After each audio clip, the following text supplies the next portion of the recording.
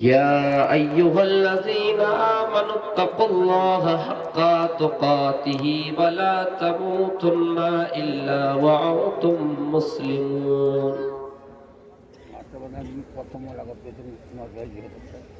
فإن خير الحديث كتاب الله وخير الحديث حديث محمد صلى الله عليه وسلم وشر الأمور محدثاتها وكل محدثة بدعة وكل بدعة ضلالة. بسم الله الرحمن الرحيم. ظهر الفساد في البر والبحر بما كسبت أيدي الناس ليذيقهم بعض الذي عملوا لعلهم يرجعون. وقال النبي صلى الله عليه وسلم: ليس منا من ضرب الخدود وشق الجيوب ودعا بدعوى الجاهلية. دست و دست ہے دریا بھی نہ چھوڑے ہم نے،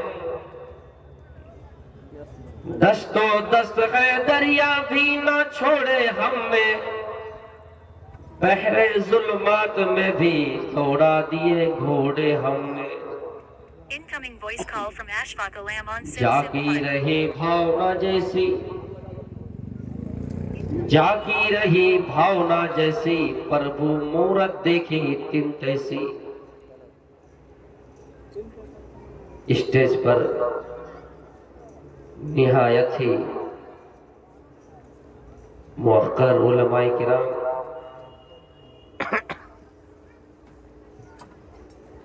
اور اس اجلاس میں شریک ہوئے بزرگوں، بچوں اور میری پیاری ماؤں بہنوں، میں نے قرآن کریم کی ایک آیت پڑھی جس کا ترجمہ یہ ہے کہ جب خشکی میں، تری میں کوئی فساد نظر آئے، بگاڑ نظر آئے، تو اس کا سبب کیا ہے، اس کی وجہ کیا ہے؟ جب اللہ رب العالمین ہم پر کوئی عذاب نازل کرتا ہے، کوئی مصیبت آتی ہے ہم پر، تو اس کی وجہ کیا ہے، اس کا سبب کیا ہے؟ اللہ رب العالمین جواب دیتا ہے کہ بما کسبت ایدی الناس، یہ انسان کے ہاتھوں کی کمائی ہے، یہ گناہوں کا نتیجہ ہے. اور جب ہم نے کوئی گناہ کیا ہی نہیں اور پھر بھی اللہ کا عذاب ہم پر آتا ہے، کوئی مصیبت آتی ہے، ہم کہیں ٹکرا جاتے ہیں، کوئی چیز آ کے ہم سے ٹکرا جاتی ہے، تو اللہ کی یہ ہم پر آزمائش ہے، یہ ہم پر امتحان ہے. ظہر الفساد فی البر والبحر بما کسبت ایدی الناس. جب خشکی میں اور تری میں کوئی بگاڑ نظر آئے، فساد نظر آئے، جب اللہ کا عذاب تمہیں کہیں دیکھنے کو ملے، اللہ تمہیں آزمائے، کوئی مصیبت آئے کہیں پر، اللہ کا قہر ٹوٹے، عذاب آئے، پریشانی لاحق ہو، بما کسبت ایدی الناس، یہ لوگوں کے ہاتھوں کی کمائی ہے. انسان نے دنیا میں اتنا پاپ کے، اتنا گناہ کے کام کر ڈالے، اتنے گناہ کے کام کر ڈالے، جس کے بدولت اللہ رب العالمین انہیں زمین پہ عذاب دیتا ہے، بگاڑ کی شکل میں، فساد کی شکل میں، فتنہ کی شکل میں اس انسان کو آزماتا ہے، اس پر مصیبت ڈالتا ہے. اس لیے اللہ ایسا کر رہا ہے لِيُذِيقَهُمْ بَعْضَ الَّذِي عَمِلُوا لَعَلَّهُمْ يَرْجِعُونَ. اللہ مزہ چکھا رہا ہے، اللہ عذاب دے رہا ہے، پریشانی دے رہا ہے، مصیبت دے رہا ہے، اس لیے کہ لعلہم یرجعون، لوگ اس گناہ کو چھوڑ دیں، اس گناہ کو چھوڑ کر صحیح راستے پہ آ جائے۔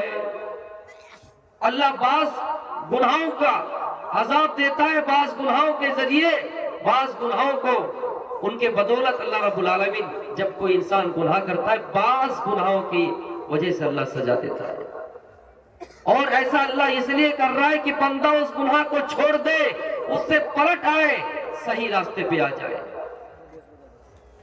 میرے بھائیوں،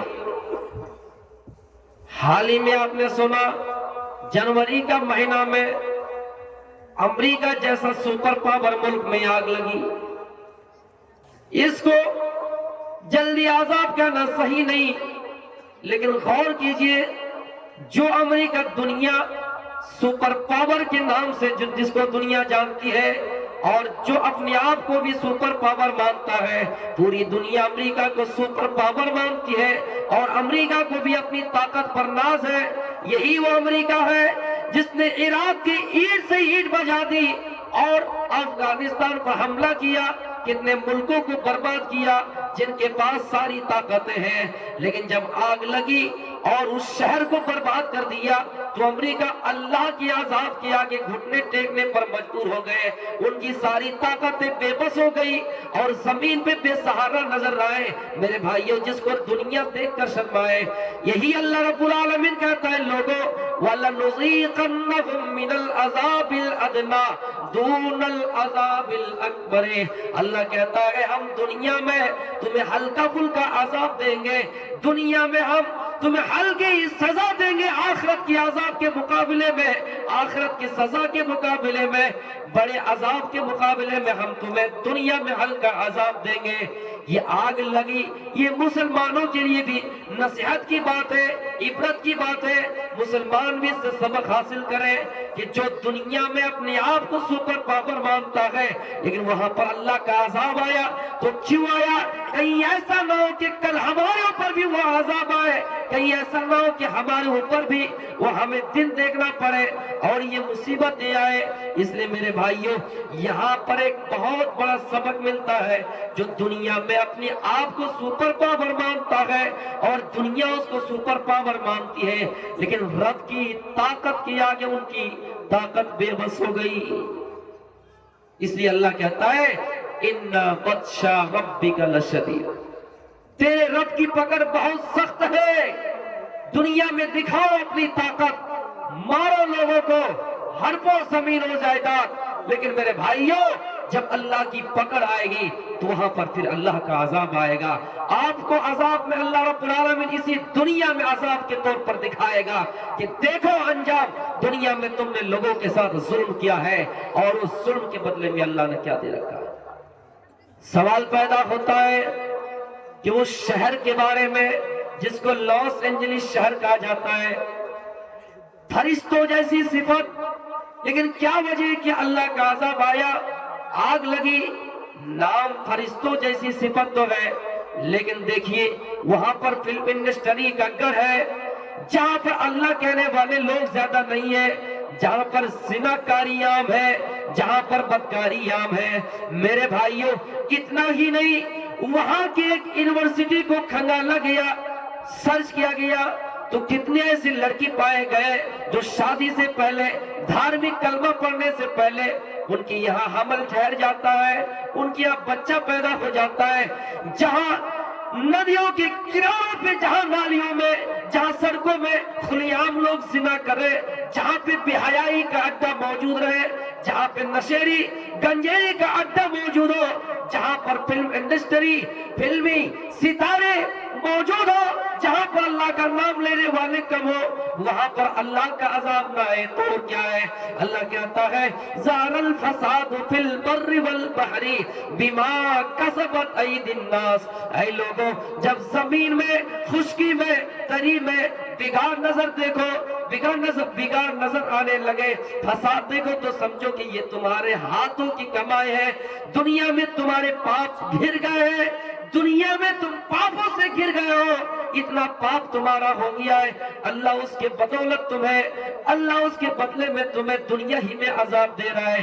لاس اینجلس ایسا شہر ہے جہاں پر برائیاں بہت زیادہ عام ہیں۔ میرے بھائیوں، U S A, United state of America 50 ریاستوں سے مل کر بنا ہے۔ ان ریاستوں میں ایک ریاست کیلیفورنیا ریاست آتی ہے، اور اس ریاست میں سب سے بڑا شہر جو ہے لاس اینجلس ہے، اور یہ لاس اینجلس شہر امریکہ کا سب سے دوسرا بڑا شہر ہے۔ آگ لگی تو سارے لوگ چپیٹ میں آ گئے۔ اب سوال یہ پیدا ہوتا ہے، اس شہر میں ضرور کوئی نیک انسان ہوگا، اس شہر میں ضرور کوئی اچھا آدمی ہوگا۔ اللہ کا عذاب اگر آئے، اللہ کا عذاب آیا بھی تو سارے لوگوں کے گھر کیوں جل گئے؟ یہاں اگر اللہ کا کوئی عذاب آ جائے، یہاں پر مصیبت آ جائے اور وہ سارے گھروں میں ٹوٹ پڑے، سارے گھروں میں آ جائے، تو سوال تو پیدا ہوتا ہے کہ کوئی اچھا بھی ہے تو کوئی برا بھی ہے۔ اس کی وجہ کیا ہے؟ یہ ناانصافی نہیں ہے تو اور کیا ہے؟ لیکن نہیں، اللہ رب العالمین اس کا بھی جواب دیتا ہے، وَاتَّقُوا فِتْنَةً لَا تُصِيبَنَّ الَّذِينَ ظَلَمُوا مِنْكُمْ خَاصَّةً۔ اے لوگو، اللہ کے اس فتنے سے ڈرو، اللہ کے اس عذاب سے ڈرو۔ جو عذاب آئے گا تو سب کے گھروں میں آئے گا، وہ فتنہ آئے گا تو سب کے گھروں میں آئے گا، خاص لوگوں کے گھروں میں نہیں آئے گا۔ ایسا نہیں کہ صرف نمازیوں کے گھروں میں آئے گا، ایسا نہیں کہ صرف بے نمازیوں کے گھروں میں آئے گا۔ اللہ کا عذاب آئے گا، سارے لوگوں کے گھروں میں آئے گا، پورے شہر میں آئے گا، پوری بستی میں آئے گا۔ میرے بھائیوں، اس لیے اللہ کہتا ہے وَاتَّقُوا فِتْنَةً لَا تُصِيبَنَّ الَّذِينَ ظَلَمُوا مِنْكُمْ خَاصَّةً۔ اے لوگوں، اس فتنے سے ڈرو، جو فتنہ آئے گا تو سب کے گھروں میں آئے گا۔ اس کی ایک مثال لیجئے، اللہ کے نبی فرماتے ہیں، بخاری و مسلم کی حدیث ہے، کچھ لوگ کشتی میں سفر کر رہے ہیں، 2 منزلہ کشتی ہے، کوئی اوپر منزل میں ہے، کوئی نیچے منزل میں ہے، کچھ لوگ اوپر منزل میں ہے، کچھ لوگ نیچے منزل میں ہے، لیکن نیچے منزل والے لوگ اپنی ضروریات کی چیزیں لینے کے لیے، ضروریات کا سامان لینے کے لیے اوپر منزل میں جائیں گے، اوپر فلور میں جائیں گے۔ ظاہر سی بات ہے، نیچے سے اوپر جائیں گے تو اوپر والے کو ڈسٹرب ہوں گے۔ اگر نیچے منزل والے لوگ یہ سوچ لیں کہ ہم کشتی کا ایک تختہ ہٹا دیں گے، کچھ جگہ پہ سوراخ کر دیں گے، ایک تختہ ہٹا دیں گے، نیچے سے پانی لے لیں گے، اگر عقل یہ گوارا کر لے کہ نیچے تختہ ہٹا دیا جائے، نیچے کشتی کو سوراخ کر دیا جائے، جب کشتی کو سوراخ کر دیا جائے گا، نیچے سے سوراخ ہو جائے گا تو پوری کشتی پانی سے، پوری کشتی پانی سے بھر جائے گا۔ کشتی جب پانی سے بھر جائے گا تو کشتی ڈوب جائے گی۔ میرے بھائیوں، غلطی نیچے منزل والے لوگوں نے کی، لیکن ڈوبیں گے اوپر والے منزل بھی۔ غلطی نیچے والے منزل کر رہے ہیں، لیکن ڈوب رہے اوپر والے منزل بھی۔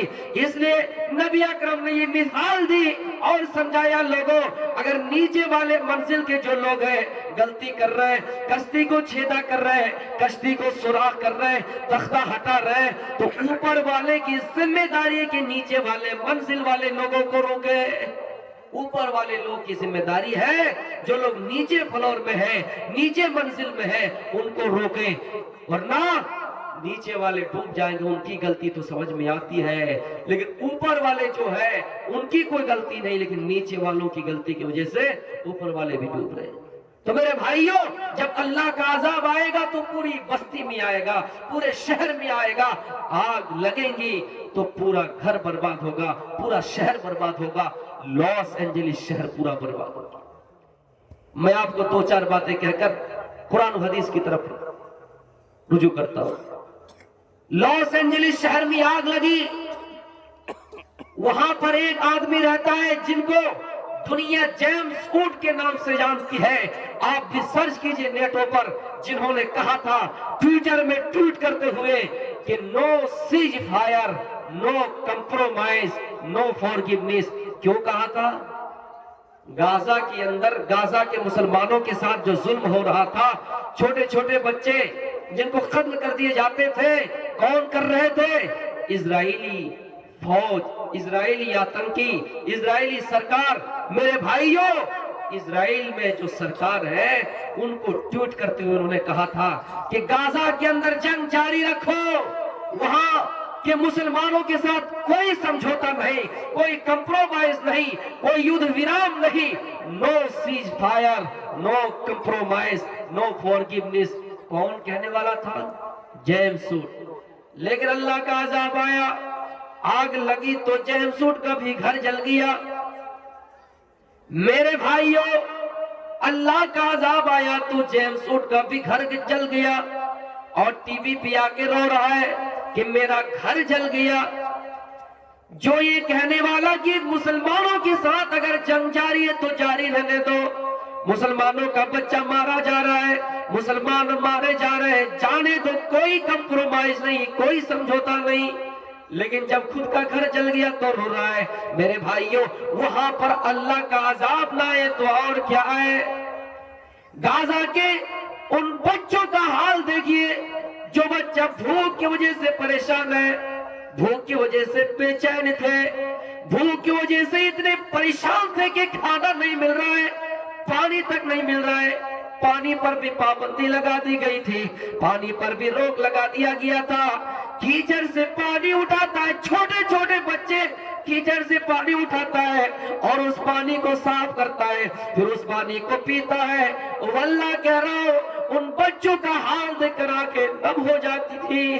میرے بھائیوں، اتنا ہی نہیں، چھوٹے چھوٹے بچے جب پورے مار دیے گئے، پورے قتل کر دیے گئے، جب ان کو دفنانے کے لیے ان کو کفن پہنایا گیا، بہت سارے لوگ اپنے چھوٹے چھوٹے بچے کو کفنائے ہوئے ہیں، ان پر کفن ڈالا گیا ہے اور اس کو اپنے ہاتھ میں اٹھائے ہوئے اللہ کی طرف دعا کر رہے ہیں۔ میرے بھائیوں، اتنا ظلم، ہم مانتا ہوں کون صحیح کون غلط، ہو سکتا ہے کہ مسلمان بھی غلط ہو سکتا ہے فلسطین کے لوگ بھی غلط ہو سکتا ہے کہ غزہ کے لوگ بھی غلط ہو، لیکن مستقبل کو سنوارنے والا، جو ملک کا فیوچر ہو، جو ملک کا مستقبل ہو، جو دیش کو آگے بڑھانے والا ہو، جو چھوٹا چھوٹا بچہ ہو، ان کو زیادہ تر ٹارگٹ بنائے جانا اس بات کی طرف اشارہ ہے کہ مسلمانوں کا نام و نشانہ مٹ جائے۔ میرے بھائیوں، ان چھوٹے چھوٹے بچوں کی کیا غلطی تھی؟ اللہ کو اللہ کہہ رہا ہوں، جب وہ ویڈیو سامنے آتے تو آنکھیں نم ہو جاتی ہے۔ ایسا کہنے والا جیمز سوٹ اسرائیلی سرکار نتنیاہو کو کیا ہے؟ شاباش نتنیاہو، نو سیج فائر، نو کمپرومائز، نو فورگیونیس۔ اللہ کا عذاب آیا تو اس آدمی کے گھر کو بھی اپنے چپیٹ میں لے لیا، وہاں پر کچھ نہیں کہہ سکا کہ ہمارا گھر کیوں جل گیا۔ موجودہ دور میں امریکہ کے جو راشٹرپتی ہیں، انہوں نے 20 جنوری سے پہلے ایک نعرہ دیا کہ عرب ممالک کو جہنم بنا دوں گا، عرب ممالک کو نرک بنا دوں گا، دنیا ہی میں لوگ جہنم کی زندگی دیکھ لیں گے۔ اللہ کی مار ایسے پڑی، اللہ کا عذاب اس طرح آیا کہ 20 جنوری سے پہلے ان کے ملک میں بہت بڑا شہر لاس اینجلس پورا جل گیا اور جہنم بن گیا۔ تو میرے بھائیوں، ہم اس کو ڈائریکٹ اللہ کا عذاب نہیں کہیں گے، لیکن ہاں ضرور اتنا کہیں گے، سپر پاور ماننے والا ملک جس کو دنیا جانتے کہ اس کے پاس کتنی طاقت ہے، جس کو جانتے کہ اس کے پاس کتنے ہتھیار ہیں، دنیا جانتے کہ اس کے پاس کتنی مشینیں ہیں، لیکن جب آگ لگی تو بے بس نظر آئے۔ میرے بھائیوں، اس لیے اللہ رب العالمین کہتا ہے، اے لوگوں، دنیا میں ہم نے تمہاری رسے کو ڈھیل کر رکھا ہے، تم کہاں بھاگے جا رہے ہو، تم کہاں بھاگے جا رہے ہو؟ میرے بھائیوں، اے مسلمانوں، دنیا میں ہم سوچتے ہیں، دنیا میں ابھی ہم موجودہ دور میں سوچتے ہیں کہ جو ابھی موجودہ دور میں چڑھتے ہوئے سورج ہے، یہ کبھی بھی ہم پر حملہ کر سکتا ہے، یہ بڑے طاقت والے ہیں۔ نہیں، قرآن پڑھیے، اس سے بھی خطرناک قومی آئی تھی، طاقتور قومی آئی تھی۔ یہ امریکہ کیا ہے؟ مانتا ہوں کہ عراق کی اینٹ سے اینٹ بجا دی، مانتا ہوں کہ افغانستان پر حملہ کیا، مانتا ہوں کہ کتنے ملکوں کو برباد کیا، لیکن قرآن پڑھیے، اس سے بھی زیادہ طاقتور قومی آئی تھی. اللہ سورہ فجر کے اندر فرماتا ہے 30ویں پارے میں، اے نبی یاد کیجئے الم تر کیف فعل ربک بعاد. اللہ نے قومیات کے ساتھ کیسا رویہ اختیار کیا، قومیات کو کیسے برباد کیا، قومیات کے ساتھ کیسا سلوک کیا. ایک قومیات تھی جو کہا کرتی تھی قالوا من اشد منا قوة، ہم سے زیادہ کون طاقتور ہے، ہم سے زیادہ کون شکتیشالی ہے. میرے بھائیوں، جب اللہ کا عذاب آیا تو قومیات کو اس طرح برباد کیے. قومیات کے پاس اتنی طاقت تھی، اتنی طاقت تھی. قرآن پڑھیے قومیات کے بارے میں اللہ کہتا ہے وَيَنْحِتُونَ مِنَ الْجِبَالِ بُيُوتًا، یہ پہاڑوں کو کاٹ کاٹ کر، پہاڑوں کو تراش تراش کر گھر بنا لیا کرتے تھے، چٹانوں کو ہٹا دیا کرتے تھے، پتھروں کو کاٹ دیا کرتے تھے، پہاڑوں کو کاٹ دیا کرتے تھے، تراش تراش کر گھر بنا لیا کرتے تھے. اتنی بڑی طاقتور قوم تھی. لیکن جب دنیا میں لوگوں کے ساتھ ظلم کیا، نبی کو جھٹلایا، رسول کو جھٹلایا، اللہ کی نافرمانی کی، تو اللہ نے اس قوم کو ہلاک کر دیا، برباد کر دیا. اللہ نے اس قوم کو برباد کر دیا. قرآن پڑھیے وَأَمَّا عَادٌ فَأُهْلِكُوا بِرِيحٍ صَرْصَرٍ عَاتِيَةٍ، قومیات ہلاک کر دیے گئے، قومیات برباد کر دیے گئے. تیز و تند ہوا آئی، تیز و تند ہوا چلی اور قومیات اس طرح برباد ہو گئے. ان کا سر الگ، ان کے دھڑ الگ، ہوا اس طرح چلی. اللہ قرآن میں کہتا ہے سخرها علیہم 7 لیال و8 ایام حسوما. اے لوگوں، قومیات کو اللہ نے عذاب دیا، ہوا کی شکل میں دیا. وہ ہوا چلی تو 7 رات تک چلی، 8 دن تک چلی، لگاتار چلی، مسلسل چلی. حسوماً کا لفظ اللہ نے استعمال کیا. قرآن کہتا ہے سخرها علیہم 7 لیال و8 ایام حسوما، قومیات کو برباد کیا. تیز و تند ہوا چلی، 7 رات تک چلی، 8 دن تک چلی، مسلسل چلی. اس طرح چلی کہ قومیات برباد ہو گئے، سر الگ ہو گیا، دھڑ الگ ہو گیا. میرے بھائیوں، پھر اللہ کہتا ہے اس طرح ان کا نام و نشانہ مٹ گیا. کأنہم اعجاز من نخل خاویہ، جس طرح کھجور کے سڑے تنے پڑے ہیں، جس طرح کھجور کے سڑے تنے پڑے ہیں، سڑ گیا ہو، گل گیا ہو، نیچے مل گیا ہو، اس طرح پڑا رہا. پھر اللہ کہتا ہے اے لوگوں، اس قوم کے بارے میں ذرا دیکھو اور دنیا میں پتہ کرو فَهَلْ تَرَ لَهُم مِّن بَاقِيَةٍ، کہ روئے زمین میں قومیات کا کوئی آدمی تمہیں نظر آ رہا ہے؟ کوئی باقی نظر آ رہا ہے؟